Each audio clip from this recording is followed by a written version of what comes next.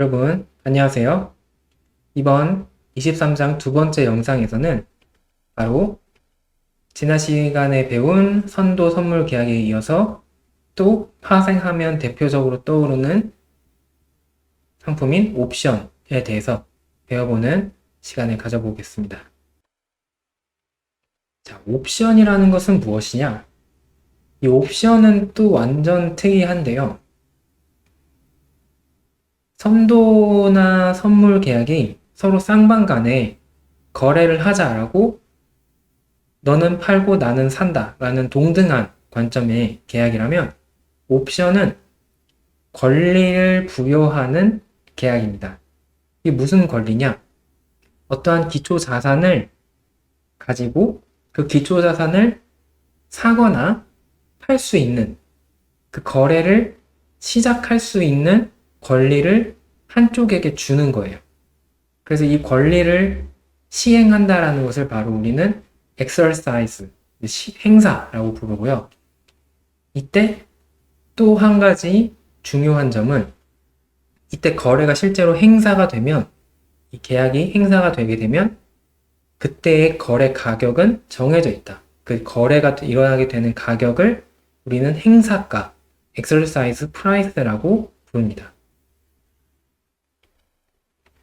그래서 이게 선물 선도랑 다른 점은 선물 선도는 사는 사람과 파는 사람이 서로 의무적으로 이행해야 되는 계약이에요. 그래서 대칭적인데 이 옵션은 한 사람에게 권리를 주고 끝났기 때문에 그 사람이 유리한 계약이에요.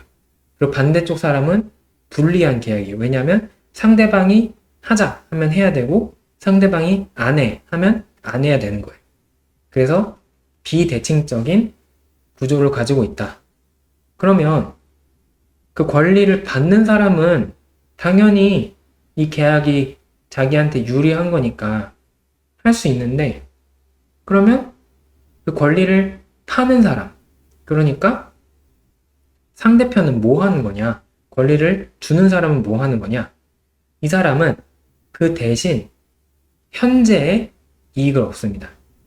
바로 옵션 가격, 그래서 영어로는 옵션 프리미엄이라는 것을 그 옵션의 권리를 부여해 주는 것에 대한 대가를 지금 받게 돼요.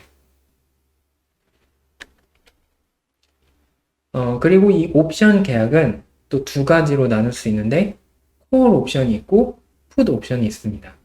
그래서 이 두 가지를 나눠서 살펴보도록 할게요. 첫 번째, 콜 옵션이라는 것은 무엇이냐?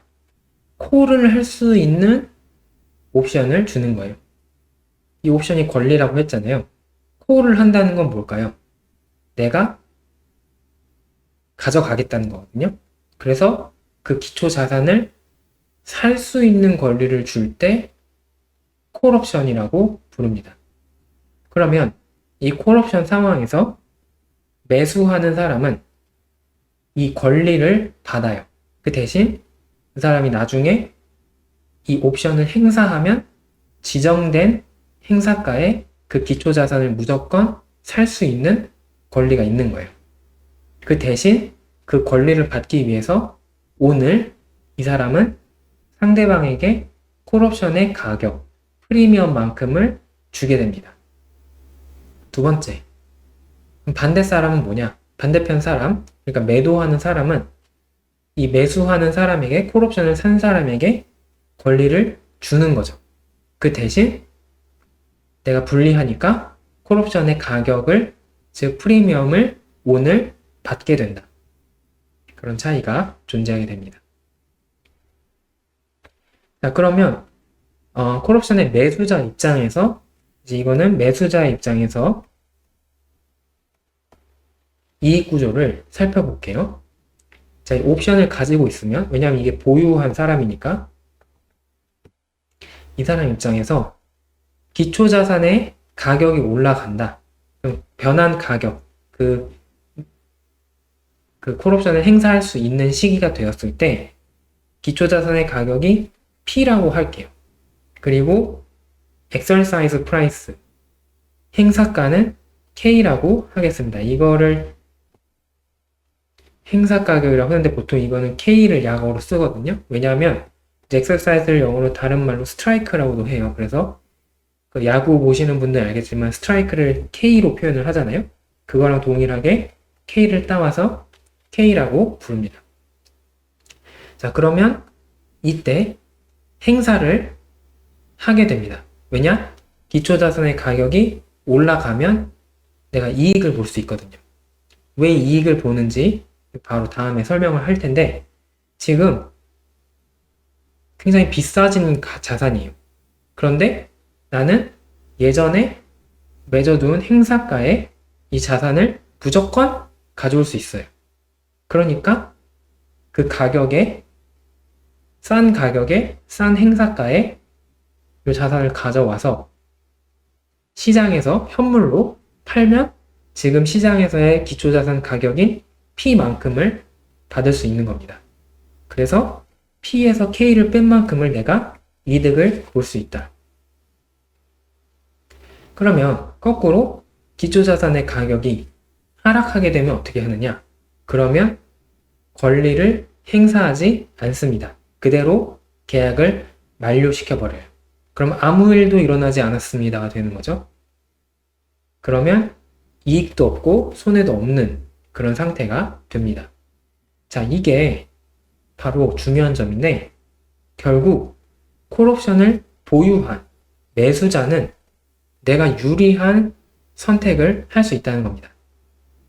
내가 이익을 볼 수 있을 때 행사하고 아니면 말고를 할 수 있다는 거죠. 그래서 이 사람에게 유리하다.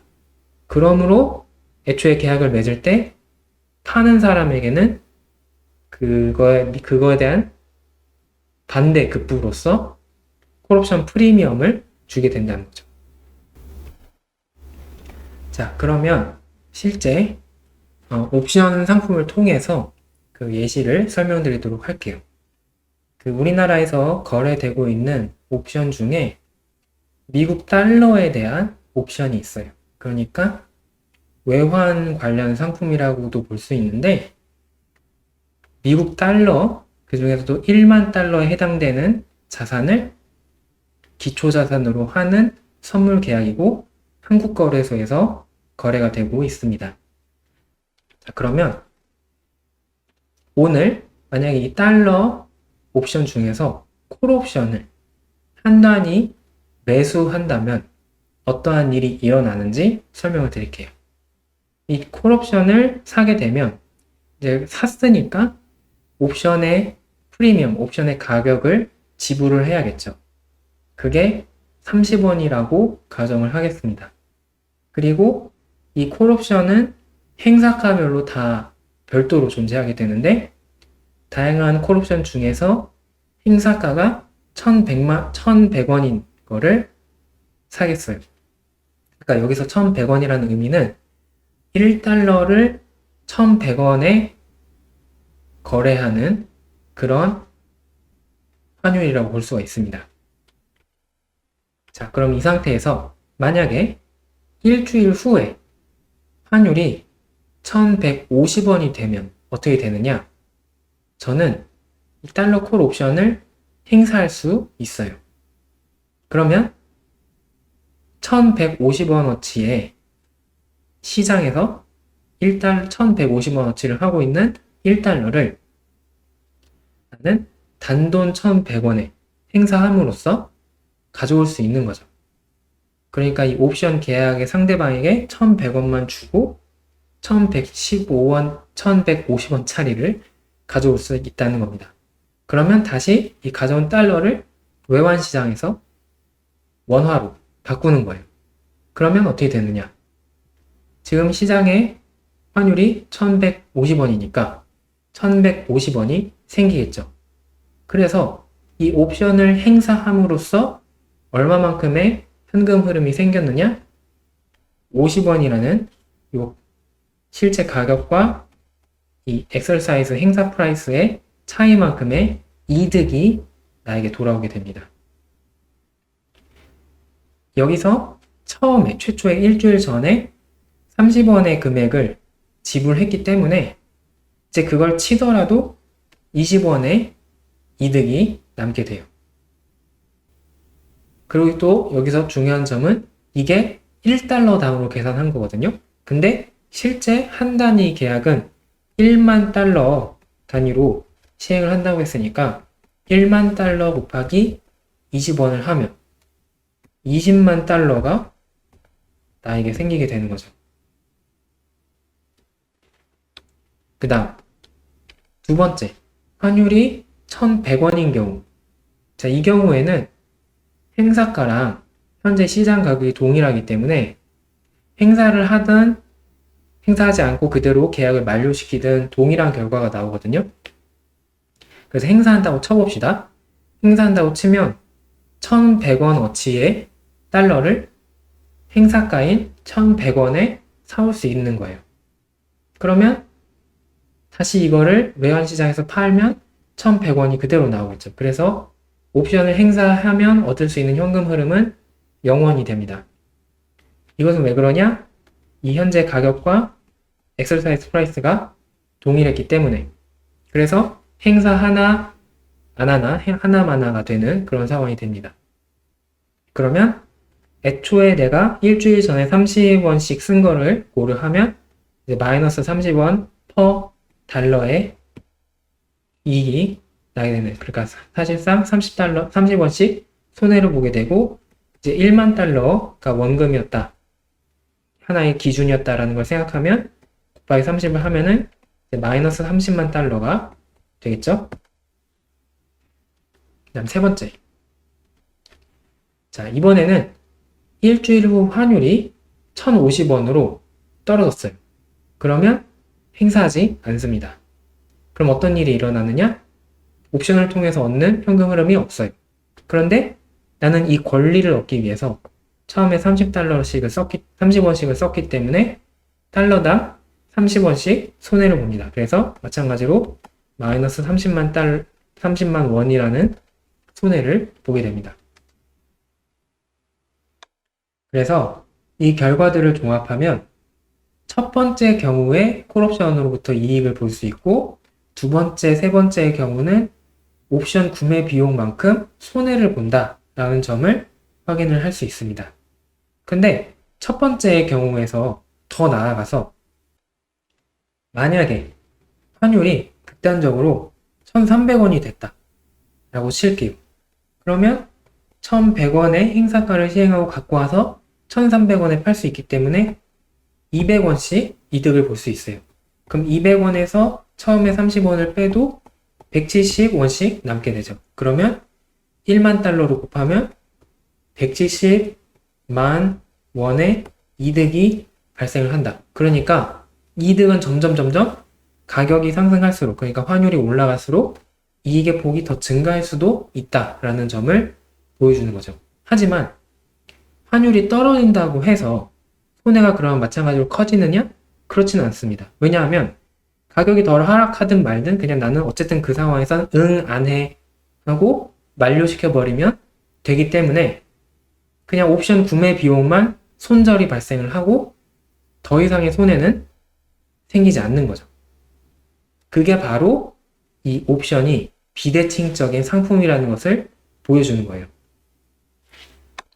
이러한 콜옵션의 이 구조를 그림으로 그리면 이렇게 됩니다. 자, 여기 기초자산의 가격을 X축으로 하고 콜옵션의 로부터의 이익을 Y축이라고 하면 요 가운데 요 행사가를 기준으로 요 행사가보다 기초자산의 가격이 낮을 때는 행사를 하지 않습니다. 그래서 여기에 아무런 일이 일어나지 않는 결과가 있고요. 반면 기초자산의 가격이 올라가면 올라갈수록 나는 더 비싸진 자산을 저렴한 행사가에 사와서 팔 수가 있기 때문에 이득이 이렇게 증가합니다. 이게 바로 비대칭적인 모습이 되는 거죠. 그리고 여기에 처음에 옵션의 구매 비용을 고려하면 이제 어느 정도 빠진다 이제 그거는 정해진 양이므로 똑같은 만큼 빠지게 되는 거죠. 그래서 그걸 그림으로 그리면 이 점선의 모양처럼 되는 것을 살펴볼 수가 있습니다. 이게 바로 이 콜옵션의 이익 구조가 되겠습니다. 그래서 이 기초자산의 가격이 올라갈수록 이득은 커질 수 있다. 하지만 그렇다고 해서 손해의 폭이 증가하지는 않는다. 자, 이렇게 우리는 기본적인 콜옵션의 형태를, 특징을 이해했는데요. 그러면 이제 이 콜옵션이 어떻게 금융기관의 위험 관리에 도움이 될 수 있느냐, 이것을 살펴보도록 하겠습니다. 그래서 저희가 생각할 수 있는 것은 이 미국 달러를, 환거래를 해야 되는 금융기관 입장에서 활용할 수 있다는 거죠. 그래서 여기 한 은행이 있는데 이 은행이 지금 20만 달러가 필요한 상황이라고 가정을 해보겠습니다. 그리고 현재 환율은 1달러당 1,100원에 거래되고 있는 상황이에요. 그런데 이 은행이 일주일 후에, 지금 사는 게 아니라 일주일 후에 20만 달러를 사올 생각이에요. 그러니까 반대로 말하면 일주일 후에 원화로 달러를 구매하려고 한다라는 거죠. 자, 그러면 어떻게 하면 되느냐? 지금 문제가 뭐냐면 일주일 후에 환율이 어떻게 될지 몰라서 내가 그때 가서 20만 달러를 구하기 위해 얼마가 필요할지 정확히 알 수 없는, 그게 문제인 거죠. 그러면 일단 이 콜옵션은 단위가 1만 달러라고 했어요. 그래서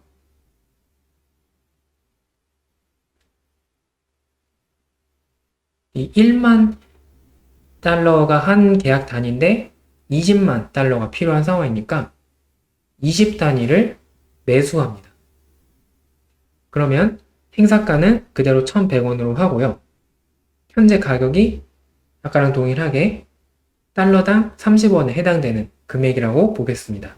자, 그러면 이 20단위의 옵션을, 콜옵션을 구매하기 위해서, 그러니까 매수하기 위해서 이 은행이 총 현재 지불해야 되는 금액은 30원 곱하기 20단위 곱하기 한 단위의 계약당, 계약 하나당 10,000달러를 취급한다고 했으니까 만을 곱해주게 됩니다. 그러면 600만 원이라는 금액을 일단 오늘 치르고 권리를 받게 되는 거죠. 자, 그런 상태에서 만약에 일주일 후에 환율이 1,100원에서 1,050원으로 50원 떨어지면 사실 이거 좋은 상황이거든요. 왜냐하면 돈을 적게 써도 되는 상황입니다. 그래서 이런 경우에는 이 20만 달러를 사오기 위해서는 1달러당 1,050원씩을 계산해야 되니까 이걸 곱하면 2억 1,000만 원을 써야 된다라는 결론이 나오게 됩니다. 그리고 이 콜옵션의 경우에 이 콜옵션은 그대로 행사하지 않고 만료를 시켜요. 그러면 그냥 구매 비용이었던 600만 원만 손해를 보고 끝나게 됩니다. 그래서 이 두 개의 현금 흐름을 합치면 달러 매입 과정에서 2억 1,000만 원과 600만 원을 썼기 때문에 2억 1,600만 원을 쓰는 결론이 나게 됩니다. 두 번째, 그럼 만약에 환율이 변하지 않는다면 어떤 일이 일어나느냐? 자, 이 경우에는 현재 환율이 1,100원 그대로이기 때문에 이걸 곱하면 2억 2천만 원이 돼요.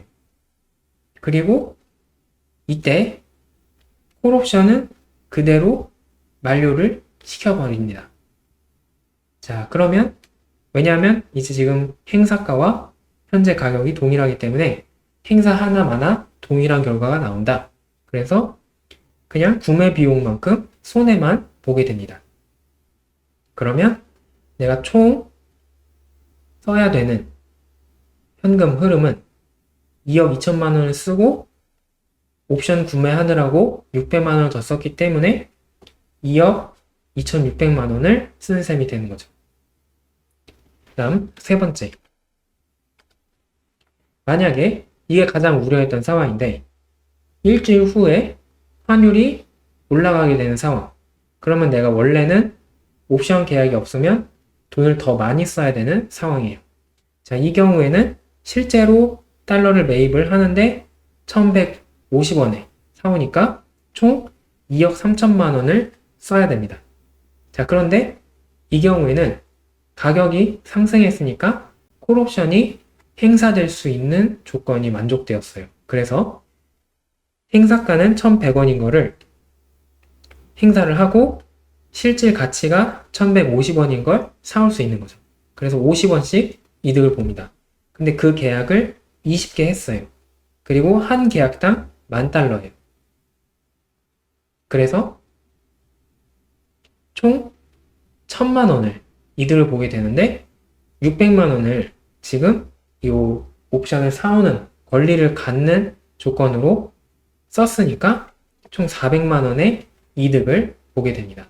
그러면 2억 3천만 원에 지급을 했지만 400만 원을 옵션 시장에서 확보했기 때문에 실질적으로 이 은행이 지출한 총 금액은 2억 2,600만 원. 그래서 2번이랑 동일한 결과를 얻을 수 있죠.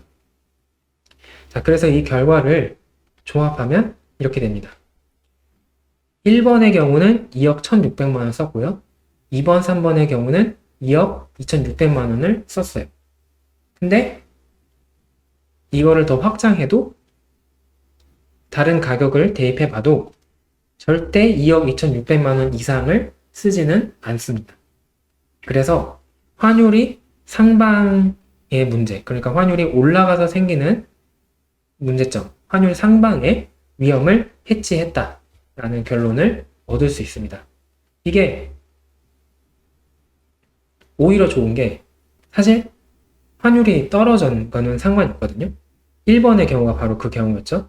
1번의 경우는 2억 1,600만 원을 지불했어요.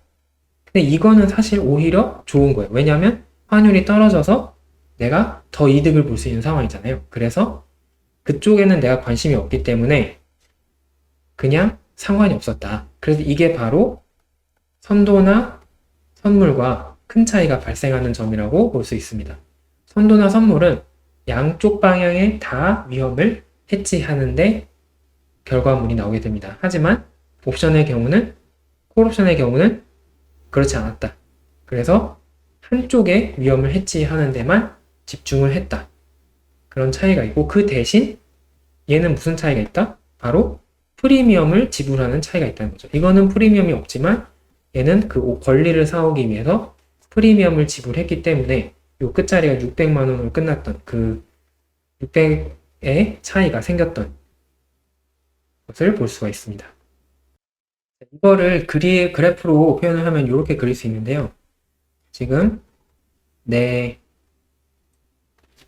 상태를 설명을 하자면 나는 환율을 사와야 되기 때문에 외국 돈을 사와야 되기 때문에 환율이 올라갈수록 저는 제 손해를 보는 상황이에요. 자, 그런데 이 상황에서 나는 뭘 했냐면 콜옵션을 곁들였어요. 콜옵션은 이런 모양을 가진다고 했어요. 그래서 이제 이 두 개를 합산 최종 결과가 어떻게 되느냐? 요 오른쪽에서는, 그러니까 환율이 올라갈 때는 내가 손해를 보는 만큼 그거를 옵션에서 상쇄시켜줘요. 더 올라가면 또 상쇄시켜줘요. 그러니까 더 내려가면 또 상쇄시켜요. 그래서 서로 또이또이해져서, 또이또이가 표준건지는 모르겠는데 또이또이해져서 이제 이렇게 변화가 없는, 그래서 위험이 사라지게 됩니다. 그런데 이 오른쪽을 보면 내가 여기에서는 내가 행사를 하지 않기 때문에 옵션으로 발생하는 것은 제한적이고요. 그 대신 내가 이득을 점점 더 싼 값에 미국 달러를 사올 수 있게 되니까 이득을 보게 돼요. 그래서 그걸 종합하면 이렇게 되는 거죠. 그래서 최종적인 나의 이 구조가 이런 식이 된다. 그래서 내가 원래는 이 지점에서 발생할 수 있는 손해 상황을 막을 수 있었던 그런 상태라고 볼 수가 있습니다. 자, 이번에는 옵션의 또 다른 형태인 풋옵션에 대해서 알아보도록 하겠습니다. 풋옵션은 콜옵션이랑 반대예요. 어떤 게 반대냐? 콜옵션은 살 수 있는 권리를 줬는데 풋옵션은 팔 수 있는 권리를 주는 겁니다. 풋이 미는 거잖아요. 그러니까 밀어 넣는 거예요. 야, 가져가 하고 억지로 밀어주는 그런 상황을 생각해 볼 수 있습니다. 그래서 풋옵션을 산다 라는 것은 기초자산을 팔 수 있는 권리를 사는 거예요. 그러니까 권리를 사니까 가격을 지불합니다. 그럼 반대로 풋옵션을 판다 라는 것은 기초자산을 팔 수 있는 권리를 판다 라는 거예요. 그래서 풋옵션의 프리미엄, 풋옵션의 가격만큼을 받게 되는 거죠. 여기서 좀 헷갈릴 수 있는데 이 기초자산을 사고 파는 거는 콜과 풋으로 부르는 거고 그 옵션의 권리 자체를 사고 파는 건 이제 매수와 매도라고 차이가 있는 겁니다. 그러면 콜옵션이랑 반대라고 했으니까 풋옵션을 매수한, 그러니까 이 권리를 보유한 사람의 입장에서 이 구조를 설명드릴게요. 이 경우에는 이 권리가 만약에 기초자산의 가격이 하락한다면 행사를 할 수 있습니다. 왜냐하면 기초자산의 가격이 하락했으니까 실질적으로 원래 내가 가지고 있던 자산의 가치가 떨어진 건데 너한테 야, 이거 내가 그때 팔 수 있는, 행사가에 팔 수 있는 권리가 있잖아 하면서 그걸 들이미는 거죠. 그래서 이 K라는 이제 높은 금액의 그 행사가에 이 자산을 팔게 되는 거예요. 그리고 시장에서, 그럼 그 자산은 어디서 마련하느냐? 시장에서 가져옵니다. 얼마에? 기초자산의 지금 시장의 가격인 P에. 그래서 K에서 P를 뺀 만큼 내가 이득을 볼 수 있어요. 왜 그런 일이 일어났느냐? 바로 가격이 행사가보다 떨어졌기 때문이죠. 그럼 기초자산의 가격이 높다 라고 하면 그냥 아무런 일도 하지 않고 그대로 이 계약을 만료시키면 되는 겁니다. 이것도 마찬가지로 콜옵션과 마찬가지로 풋옵션은 그 권리를 가지고 있다. 그래서 권리는 할 수도 있고 안 할 수도 있기 때문에 이런 선택이 가능합니다.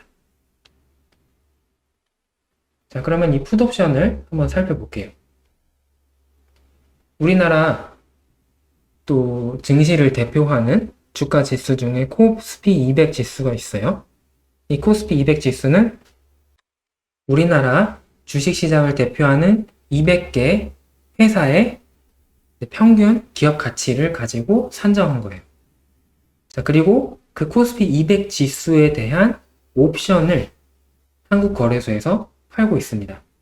그러면은 이거의 기초자산은 뭐냐 하면 바로 코스피 지수가 있잖아요. 이 코스피 200 지수에다가 25만 원을 곱하는 거를 기초자산으로 하는 거예요. 자, 그러면 좀 이게 이해가 어려우실 수 있는데 찬찬히 생각을 해볼게요. 오늘 코스피 200 풋 옵션을 한 단위 매수하겠습니다. 그러면 나에게 이제 권리가 생겼죠. 그때 내가 이 풋옵션의 프리미엄으로서 지불한 가격은 1지수만큼이에요. 그러면 나는 총 얼마를 지불해야 되느냐? 바로 항상 그 지수에다가 25만 원을 곱해준다고 하였으니까 그래서 이거를 멀티플라이어라고 부릅니다. 혹은 한글로는 거래 승수라고 불러요. 이 거래 승수를 곱해서 1의 가격에다가 25만 원 곱한 25만 원을 지불하면 요 풋옵션을 하나 가질 수 있습니다. 그러니까 권리가 이제 생긴 거죠. 그리고 행사가는 420으로 정한 상태예요. 자, 그러면 이걸 가지고 뭘 할 수 있느냐? 첫 번째, 만약에 내일 코스피 200의 지수가 420에서 415로 떨어지는 경우, 그러면 풋옵션은 가격이 떨어질 때 유리하다라고 했으니까 행사합니다. 그러면 행사한다는 것은 상대방에게 기초자산을 판다는 거죠. 그래서 어떻게 하면 되냐면 실제 현물 시장에서 오늘 415인 코스피 200 지수를 현물 물건을 415에 해당하는 금액에 사올 수가 있고 그거를 그보다 더 비싼 가격인 행사가에 팔 수 있는 거죠. 그래서 결과적으로 나에게 어떤 현금이 생기느냐? 이 두 가격의 차이, 행사가에서 지금 현재 오늘의 가격의 차이만큼의 항상 거래 손수 25만원 곱하기 때문에 5 곱하기 25만 해서 125만원의 이익을 생길 수 있습니다. 여기서 아까 구매 비용이 25만원이었으니까 그걸 빼도 100만원의 이득을 남길 수 있는 거죠. 이거는 가격이 지수가 기초자산의 가치가 떨어질 때 이런 일을 할 수 있다. 두 번째, 만약에 코스피 200 지수가 그대로라면 그러면 행사가와 현재 시장 가격이 동일한 거기 때문에 하나마나 똑같다. 그래서 그대로 만료를 시킵니다. 그럼 옵션에서 생기는 현금 흐름이 없겠죠? 하지만 이미 나는 이 옵션을 구매하는 권리를 사오는 비용을 25만만큼 치렀기 때문에 25만원을 이제 손해에 보게 되는 그런 상황입니다. 그럼 세 번째. 만약에 코스피 200 지수가 420에서 425로 5 상승하면 어떤 일이 일어나느냐? 그러면 그대로 만료시켜야 됩니다. 왜냐하면 내가 유리한 게 하나도 없으니까. 그러면 현금 흐름이 없겠죠. 하지만 내가 이미 25만원의 옵션 구매 비용을 썼기 때문에 나의 총 손해는 25만원이 됩니다. 그래서 이거를 종합하면 첫 번째 경우, 그러니까 가격이 떨어질 때 이익을 본다라는 것을 알 수 있어요. 그리고 그때 만약에 가격이 더 하락한다면, 만약에 극단적으로 코스피 200이 420에서 400이 됐다. 그럼 20만큼 차익이 생기죠? 그거에 25만을 곱한 500만원의 이득이 생길 수가 있습니다. 그러니까 가격이 더 하락할수록 이익의 폭은 더 증가하는 거예요. 하지만 두 번째, 세 번째 행사하지 못하는 경우는 손해가 생깁니다. 그럼에도 불구하고 그 손해는 항상 옵션 구매 비용으로 제한되어 있어요. 왜냐하면 행사하지 않는다는 것은 더 이상 아무런 일도 일어나지 않기 때문입니다. 자, 그래서 이 논의를 종합하면 풋옵션의 가치는 이 기초 자산이 가치가 올라갈 때 큰 의미가 없고 반대로 기초 자산의 가치가 떨어지면 떨어질수록 이득을 볼 수 있는 그런 구조가 돼요. 왜냐하면 내가 상대적으로 비싼 가격인 행사가에 기초 자산을 팔 수 있기 때문에 그때 이득을 보게 됩니다. 하지만 기초 자산의 가격이 올라가면 나는 행사하지 않고 만료시키기 때문에 아무런 변화가 없게 돼요. 그리고 이때 항상 옵션을 구매하는 만큼의 비용을 동일하게 치렀기 때문에 결과적으로 나의 총 이익 구조는 이런 식이 되는 것을 확인할 수 있습니다. 그래서 풋옵션은 콜옵션의 반대다. 요 콜옵션의 경우는 이렇게 됐었잖아요. 그래서 그거랑 뒤집혀진, 옆으로 뒤집혀진 모양이 되고 내 기초자산의 가치가 떨어질 때 풋옵션을 구매한 사람이 이득을 볼 수 있는 구조가 되겠습니다. 자, 그러면 이 풋옵션을 활용해서 어떻게 금융기관이 위험을 해지할 수 있는지 살펴볼게요. 자, 이번에는 뮤추얼 펀드, 그러니까 공모집합 투자 기구를 생각해 보겠습니다. 특히 이 뮤추얼 펀드는 주식 시장에 투자하는 주식 펀드였고요. 완전히 우리나라 주식시장에 분산 투자한 상황이에요.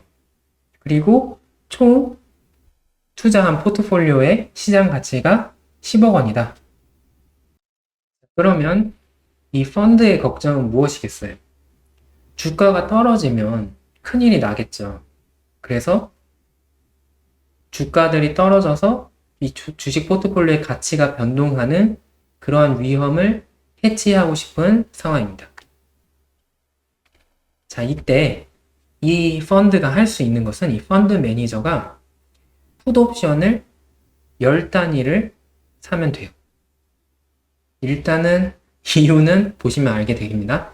그래서 행사가, 그거를 좀 계산을 쉽게 하기 위해서 지금 코스피 200 지수가 현재 400이라고 가정을 할게요. 그리고 그 동일한 행사가를 가진 옵션을 구매합니다. 그러고 이때 이러한 행사가 400짜리 코스피 200 풋옵션의 가격이 지수 하나에 해당되는 값이었다 라고 생각을 하면 나는 총 10단위를 샀으니까 1지수 곱하기 10단위 10계약 곱하기 25만의 거래 승수를 하면 250만원을 내가 지불을 하게 되죠. 자, 그러면 이제 실제 어떤 일이 일어나는지 살펴볼게요. 자, 첫 번째. 만약에 내일 코스피 200 지수가 10% 하락한다. 그러니까 우리나라 주식시장이 전반적으로 최악의 상황을 맞이해서 10%씩 다 하락을 하면 어떻게 될 것이냐. 그러면 400에서 10% 하락하니까 49, 36에서 360이 되겠죠? 그리고 주식 포트폴리오의 가치는 10억 원짜리 포트폴리오는 9억 원이 되게 됩니다. 그러니까 굉장히 안 좋은 상황이에요. 펀드 매니저 상황에서. 그러면 이때 코스피 200의 풋옵션을 행사합니다. 그러면 지금 지수가 360인데 그거를 나는 400에 팔 수 있다는 거예요. 그래서 계약당 40씩 이득을 보고 내가 총 10 계약이 있었으니까 그거의 거래 승수를 곱하면 1억 원만큼 얻을 수 있습니다. 근데 물론 내가 처음에 25만 원을 이제 250만 원을 옵션 구매 비용으로 사용했기 때문에 총 이 옵션으로부터 얻는 이득은 9,750만 원으로 계산이 됩니다. 그래서 9억 원의 가치가 됐지만 옵션으로부터 얻은 현금 흐름을 고려하면 총 펀드의 자산 가치는 9억 9,750만 원으로 변화하게 됩니다. 그래서 포트폴리오 가치가 9억 원으로 떨어졌음에도 그 손실을 최소화할 수 있어요. 자, 그러면 두 번째. 코스피 200 지수가 변하지 않는 경우. 그러면 포트폴리오의 가치는 그대로 10억 원일 거고, 풋옵션은 그냥 만료를 시켜버립니다. 그러면 내가 풋옵션을 산 구매 비용이 250원만 손해를 봤다 치면 되겠죠. 그래서 이때 옵션 구매 비용을 고려하면 펀드의 총 자산 가치는 9억 9,750만 원으로 아까 1번이랑 동일한 결과를 얻을 수 있습니다. 자, 그럼 3번 마지막. 코스피 200 지수가 10% 상승해서 440이 됐다. 그러니까 400 곱하기 1.1을 한 거죠. 그럼 440이 되니까 이러면 포트폴리오의 가치는 10억 원짜리가 11억 원이 되었을 거예요. 근데 이 경우에는 내가 풋옵션을 행사할 이유는 없어서 그냥 무시해 버립니다. 그러면 풋옵션을 구매했던 비용이 250만 원만 손해를 보고 끝나는 거죠. 그래서 이 11억 원에서 250만 원을 빼면 10억 9,750만 원이라는 총 자산 가치를 가질 수 있습니다. 자, 그래서 이 세 가지를 다 종합하면 1번과 2번의 경우는 9억 9,750만 원이었고 3번의 경우는 10억 9,750만 원이었어요. 그래서 어떠한 경우에도 펀드 자산 가치는 최소한 9억 9,750만 원이 된다라는 것을 알 수 있습니다. 그래서 원래는 주가가 떨어지면 내가 손해를 보는 상황, 그러니까 위험이 있는데 이 하방의 위험을 해치했다. 하지만 이 경우에 이 펀드 매니저 입장에서는 상방의 위험에는 별로 관심이 없죠. 상방의 위험이 뭐냐? 주가가 상승해서 내 포트폴리오 가치가 상승하는 것. 이것에는 별로 불이익이 없기 때문에 그거는 상관이 없었다. 그래서 풋옵션을 활용한 그런 결과라고 볼 수 있습니다. 자, 이거를 그림으로 그리면 이렇게 그릴 수가 있어요. 자, 일단 지금 이 펀드 매니저의 자산 가치는 이렇게 변합니다. 주가가 상승하면 포트폴리오의 가치가 상승해서 좋고, 주가가 떨어지면 포트폴리오의 가치가 떨어져서 안 좋은 상황이에요. 그러니까 이게 안 좋은 상황이에요. 이쪽이, 왼쪽이. 근데 나는 풋옵션을 사게 됩니다. 이 펀드 매니저는 풋옵션을 샀는데 풋옵션의 이 구조는 이렇게 돼 있다. 그래서 이 왼쪽을 보면 지금 주가가 떨어져서 손해를 보는 쪽 그만큼의 이익이 풋옵션 쪽에서 발생을 해서, 그러니까 행사를 하는 거죠. 발생을 시켜서 그거를 서로 상쇄시켜주고 있다는 것을 볼 수 있어요. 그래서 결과적으로 이쪽에 내 이익의 결과물은 이렇게 직선으로 나타나게 됩니다. 그리고 이와 동시에 오른쪽을 보시면 내가 포트폴리오 가치가 상승하는 것, 요거는 그대로 획득을 해요.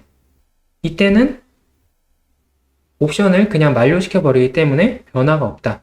그래서 이 플러스가 그대로 나에게 총 자산 가치를 증가시키는 방향으로 이동을 하게 됩니다. 물론 이 풋옵션의 구매 비용이 있었기 때문에 조금 떨어질 수 있지만 그래도 올라가는 것을 볼 수가 있다는 거죠. 그래서 이 풋옵션을 구매함으로써 이 펀드 매니저는 이 하방의 위험을, 이 부분을 없앨 수 있었다. 그래서 자산 가치가 어느 지점 아래로 떨어지지 않도록 막을 수 있는 그런 결과를 얻을 수 있는 거죠. 자, 이렇게 우리는 이번 영상에서는 여러분들께서 옵션, 콜 옵션과 풋 옵션을 활용해서 어떻게 금융기관이 자신들의 위험을 해치할 수 있는지, 즉 위험을 관리하고 위험을 줄일 수 있는지, 위험을 없앨 수 있는지 살펴보았습니다. 다음 영상에서는 마지막으로 또 한 가지 파생상품 중에 대표적인 상품인 스왑 계약에 대해서 알아보는 그런 시간을 가져볼게요. 네, 영상을 시청해 주셔서 감사합니다.